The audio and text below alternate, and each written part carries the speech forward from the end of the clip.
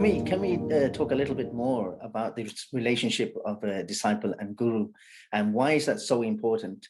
Obviously, music has been taught in schools for the last 100 years since Prabandh Khandeji wrote those volumes, and it's been studied in schools. So I'd like to get a perspective of what it's like to learn from a guru, and then what's the difference of learning in an institute. So. Learning in an institute is good for the academic purpose, and learning in an institute for going through a process, it's okay. But learning from a proper guru is very important in our music, because the person who is teaching you and the person, myself, I'm learning from my guru. We both have to understand both. So that interaction, the in-depth relationship with the guru, and the respect, the love, the involvement comes from a guru ghar. So there is no substitution of learning from a guru ghar. A gharana is not only a learning music. A gharana, I'm explaining it from my assumption that if you want to learn a style, you have to understand the philosophy of the gharana, the philosophy of your guru, the philosophy of that artist, his lifestyle, his talking, his way of throwing, his way of treating other people. So it's the whole thing. It's not a syllabus. It's not a mere learning some compositions, learning other things. So there is no substitution. Learning from your guru. And how, I mean, obviously there's lots of stories. I mean, Pandit Ravi Shankarji writes in his book that, Alauddin Khan Sahib said to him that, you're like a dandy, just jumping from this instrument to that instrument. And when you're serious, then come to me, but you'll have to surrender everything. And is it still like that today? Or has it sort of, a little bit dissolved into a modern form? It has changed a lot. It has changed a lot. But, in true sense, I can say that sab kuch chhodna padega. You have to leave everything for the sake of music. I did my education. I did my ITs. I joined in a farm, but because I'm from a middle class family, I had to earn. I have to maintain everything. But at some point, I came to know. I understood that if I want to do music professionally, if I really want to give my life to music, then I have to take it as a profession, out and out as a profession. So I know it is very difficult in nowadays, because you have people are balancing everything. But at some stage, if you want to do music professionally, and you want to do it in the optimum way, you have to go for it. There is no way out. Can I just ask? It's one thing to give up everything, but to dedicate yourself to riyaz, to practice for many years. Studying is one thing, and then your own practice. Can you just tell us that part of your life about your own riyaz, your own practice, and how you dedicated yourself to that with all the studies and work you did? How did you manage time for practice? Generally, I used to practice after doing all my work. I used to sit 12 in the midnight, because I had to do my studies. I have to do other things, and when I was doing other things, I had to give time there. But when I met my guru, Pandit Manas Chakravarti, I started. Few years I didn't interact him in a close manner, but when he gave the access to me, and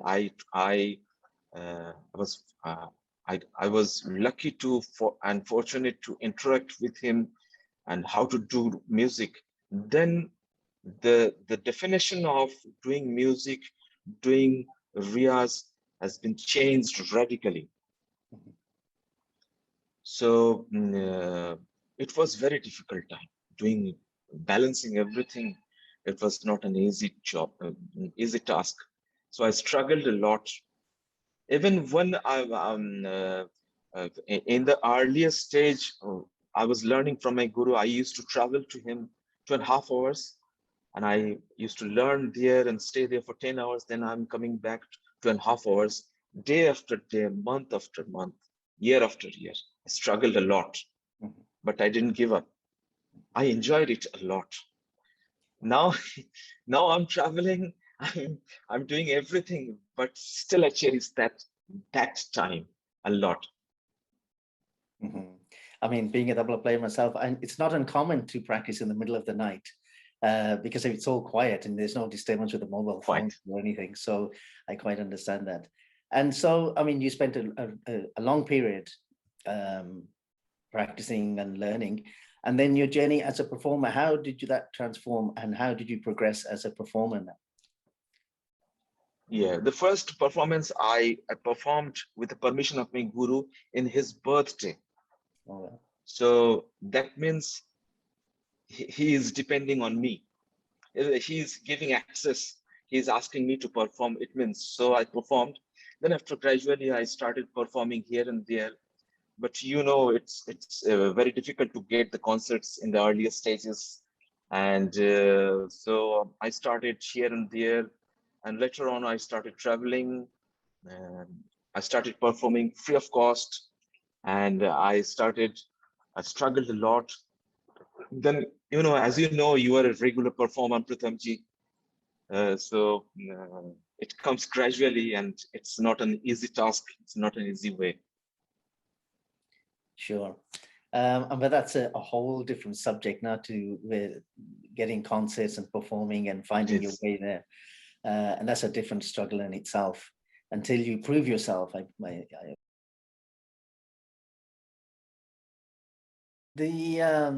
Moving forward with the Gurukul, this teaching and learning, when you were learning back in the day, you know, with the Dogged Ustads, how was that training? How, I mean, how did you learn? How was the situation? Did you live with them or did you travel? Yeah, I tell you. First, कि हमें उस्ताद के साथ रहना होता है, living with guru. तो उस्ताद के साथ हम कभी भी बैठ सकते हैं और उस्ताद ने कहा कि चलो उठाओ तानपुरा, तो शुरू हो गए. उस्ताद ने कहा चलो फलानी चीज लेने चले जाओ, तो लेने चले गए. तो वो उनके साथ रहना. अब कभी भी गुरु को कोई भी चीज याद आ सकती है और वो उसको तुरंत बताएगा, तो चलो बेटो तानपुरा लेके ये सीखो. तो ये गुरु शिष्य परंपरा है. और इसमें स्कूल में तो हम टाइम के हिसाब से ही जाएंगे कि हमें 8 से 10 स्कूल जाना है, 8 से 12 स्कूल जाना है. लेकिन जो गुरुकुल है वहाँ हमेशा लर्न करने के लिए रहता है. That's a really interesting point. I mean, I would just like to explain that that the difference between learning with a guru is living with a guru, because music could come anytime. So whether it's the middle of the night or early morning or whatever, if the music comes, you sit. Whereas in a school, you have a lesson at so and so time, and that's the only time you will do the music. So that's a huge difference, because then music is alive when you sit with Ustad, no? So that's a great difference. So what do you think about, I mean, obviously you're a teacher in a school too. So what's the difference now that you are teaching in a school when you've learned in the Gurukul system, and what's the difference you find? No, I'm also in Guru Shishya Parampara tradition.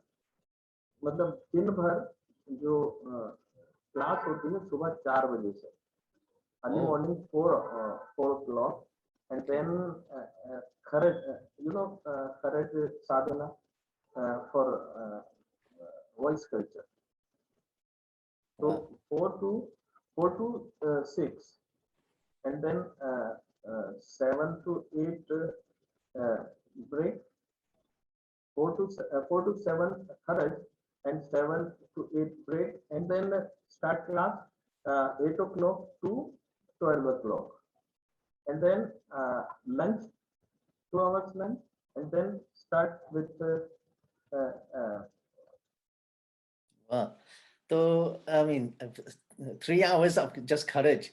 Can you just give an example? Courage means just the root note, singing 3 hours of just the root note. Can you give an example of what you cover in 3 hours? हाँ, उसमें एक स्वर पे हमें रुकना पड़ता है। Mhm. जैसे एक स्वर कोई लिया तो हम उस पे